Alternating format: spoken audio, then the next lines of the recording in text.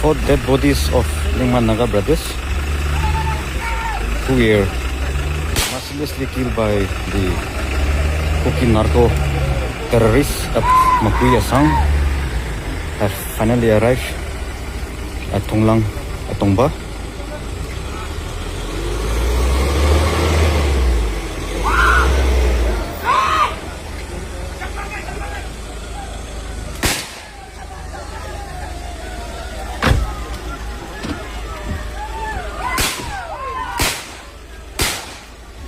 The Snarty CSOs, the leaders of Lengmai,